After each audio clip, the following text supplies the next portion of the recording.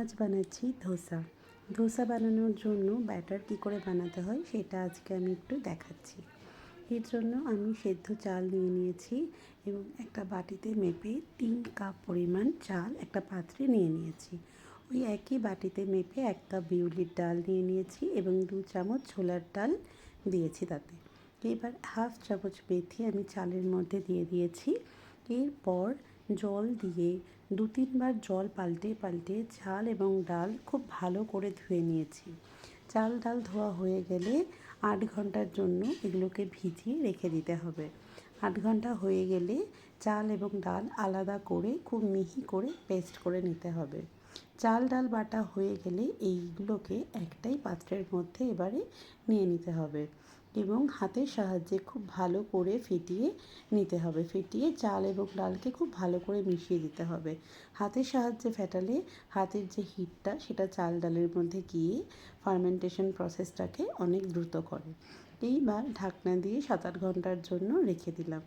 7-8 ঘন্টা হয়ে গেলে ঢাকনা তুলে দেখলাম যে ফার্মেন্টেশনটা খুব ভালোভাবে হয়েছে এবং কতটা ফুলে গেছে। এরপর একটা চামচের সাহায্যে আমি এই ব্যাটারটাকে খুব ভালো করে ফেটিয়ে নেব। ফেটানো হয়ে গেলে এর মধ্যে আমি দিয়ে দেব পরিমাণ মতো নুন, দিয়ে আবারও একটু ফেটিয়ে এর মধ্যে দিয়ে দেব একটু জল, কারণ ব্যাটারটা একটু থিক ছিল, তাকে একটু পাতলা করতে হবে। তারপরে খুব ভালো করে ফেটিয়ে নিলাম এবং এই কনসিস্টেন্সিরই একটা ব্যাটার আমাদেরকে তৈরি করতে হবে, যেটা ধোসা বা ইডলির জন্য কিন্তু একদমই পারফেক্ট।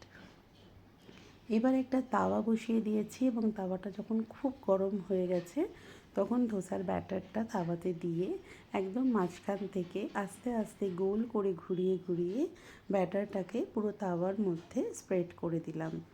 এইভাবে পুরো ব্যাটারটা তাওয়াতে স্প্রেড করা হয়ে গেলে 2-3 মিনিট একটু ওয়েট করে খুন্তিতে একটু তেল নিয়ে উপর থেকে ছড়িয়ে দিলাম এবং একটু ব্রাউন হওয়া পর্যন্ত ওয়েট করলাম। তারপরে উপর থেকে আমি আগে থেকেই রেডি করে রাখা আলুর পুর দিয়ে দিলাম। আলুর পুর দেওয়ার পর একটু ভালোভাবে আলুর পুরটা ছড়িয়ে দিলাম। তারপরে ফোল্ড করে নিলেই রেডি আমাদের মশলা ধোসা। এবার আমি আরেকটা ধোসা বানিয়ে দেখাবো, যেটা হচ্ছে প্লেন ধোসা। এর জন্য তাওয়ার মধ্যে আমি একটু জলের ছিটা দিয়ে দিয়েছি এবং জলটা পুরো টেনে গেলে আমি এই তাওয়ার মধ্যেই দিয়ে দিলাম ধোসার ব্যাটার এবং আবারও গোল করে মাঝখান থেকে শুরু করে আস্তে আস্তে ঘুরিয়ে ঘুরিয়ে ঘুরিয়ে ঘুরিয়ে পুরো ধোসার ব্যাটারটাকে তাওয়ার মধ্যে স্প্রেড করে দিলাম। 2-3 মিনিট ওয়েট করলাম। তারপরে ওপর থেকে একটু নারকেল কোড়া ছড়িয়ে দিলাম এবং খুন্তির সাহায্যে একটু দেখে নিলাম যে ধোসাটা উঠছে কি না।